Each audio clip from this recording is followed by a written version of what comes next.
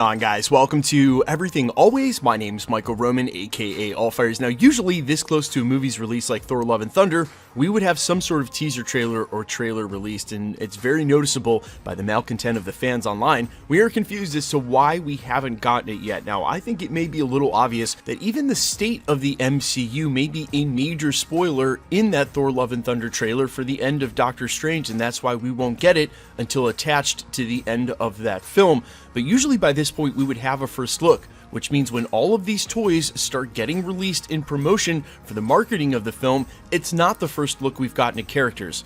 Well, in the case of Thor: Love and Thunder, for all of the toy sets that have come out up until yesterday, when all of the Marvel Legend figures came out, that's going to be our first look at not only Gorr, but multiple versions of what's going on with Thor. And believe it or not, just from this Marvel Legends run, we can tell quite a bit about the plot, where Thor has been, what he's been up to, what's going on with Jane Foster, and of course, the first look at Gorr. We're going to break down all of the new figures and first character looks that we got yesterday. There were a ton of them, and I would say that we're not going to try to draw too many conclusions, but who's kidding who? That's exactly what we're going to do and what I do here at the channel. Speaking of which, if you're into daily Marvel content that draws a lot of conclusions, that's what we do, and that's all we do here at the channel. Everything from official Easter egg breakdowns, trailers, and reviews to the occasional toy release for a Marvel movie, industry insider scoops, and everything in between. So if that sort of thing's for you, hit the sub button, leave a comment down below. That'll automatically enter you for our ongoing PS5 giveaway, and if you want, stick around to the end of the video. We'll get into all the giveaway stuff again there. Okay, so while I don't think this video really warrants a spoiler warning, what I will say is that while we're obviously going to go over the characters and their reveals, where they show up in the story, how they relate to one another, there are going to be some very obvious plot points that follow in the video, and if you've somehow made it to now and don't want to know anything about the upcoming Thor: Love and Thunder, if it's going to ruin that experience or the Marvel Phase 4 experience for you, only you know if you're susceptible to that kind of thing, and you might want to back out now. Okay, here's a top-down look at the 7 new figures we got for Thor: Love and Thunder coming out later this year, and we're going to go figure by figure because I think there are some reveals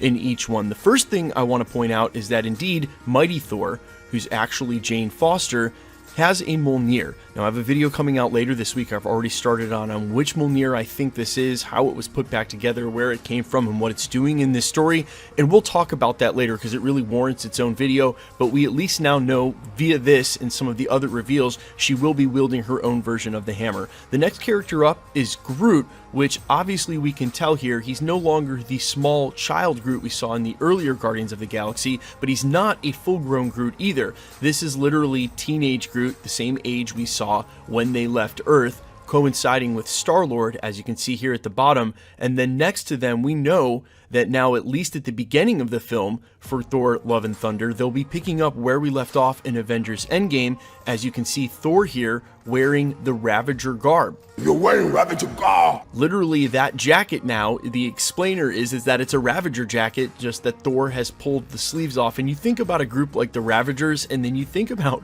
Thor's power level and how they were always getting up to no good, and then what it would be like if you had Thor on your team. It just upgrades the Ravagers to a whole new level. Quick side note, only because it's apropos to this video and just hit social media, someone just asked James Gunn point blank if we would ever see them return on Disney Plus.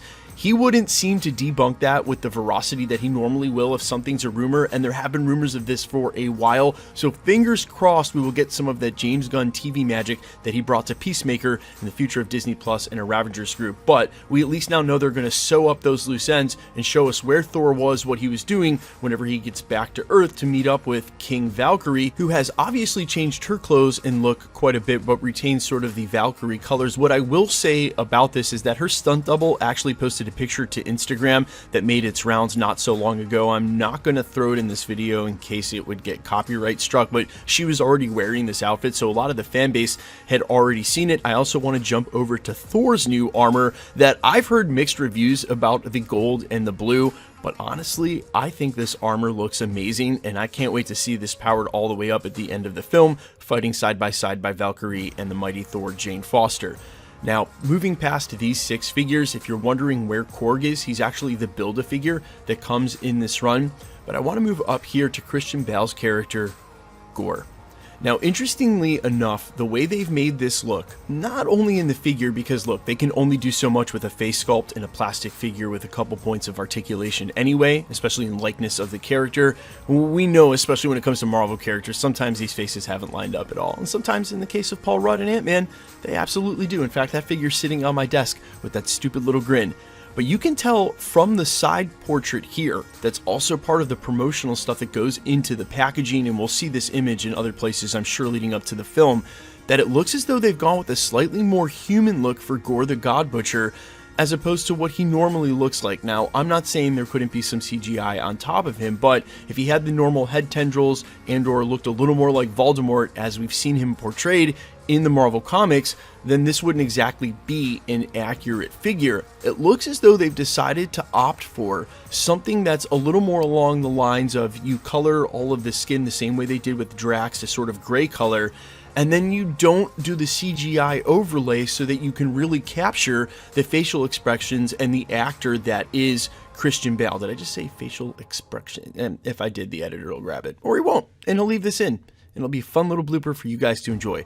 Rather, the less CGI you have, the more of the actor you can capture, and I wonder if Christian Bale and his ilk just didn't have something to do with setting that up and how the character would be portrayed, but that might also be part of what's going on with Marvel. The other thing that I will point out is that a little detail here on the figures, which is super interesting. They did really pay attention to detail. Notice Gore's fingers here all tinged in black, and that's related to the Necrosword that he's got in the package with him. Now, the Necrosword in and of itself is its own Easter egg. It has lineage that ties him to Null, the god of symbiotes, and actually forward looks towards some major villains, and that is the source of its own video, but B, it would be way too much to cover in this video, and I've already done it several times here at the channel.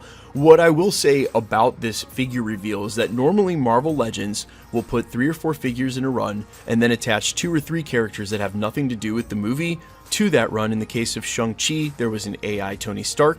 In the case of the most recent Doctor Strange Legends run, one of the characters I actually believe was Nightmare, which now, having seen that last trailer, maybe that wasn't the fake figure. But they do normally slide a couple of figures that aren't in the film into the run. What I like about this Legends run of 7 figures is that the Build-A-Figure is included in all characters that you'll see in the film. There's not one character in this run that's not in Thor Love and Thunder, which tells me the ensemble of cast, it's poignantly written, and all of these characters have enough place and space in the story to warrant them having a figure. They don't have to slide a couple of characters that aren't in the film in here just to sell toys. To me, that's a major up. I'm super hyped for this. I know some of us are hoping for a trailer this week. I also reported on the internal pre-screener, which some details continue to come out about that aren't spoilers or NDA against language, stuff like that. Just basically that people standing ovationed it and that it was incredible, and that hopefully that means we're getting a trailer soon because they're moving forward with that final cut of the film. Regardless of all that, let me know your hype down in the comments below. Quickly, let's get into the giveaway stuff before I let you go. Okay, we're still giving away PlayStation 5s every 20,000 subscribers all the way up to 1 million. If you want to be entered to win or for any of the future giveaways at the channel, all the same rules will always apply. Hit the subscribe button because you need to be a subscriber, then leave a comment down below.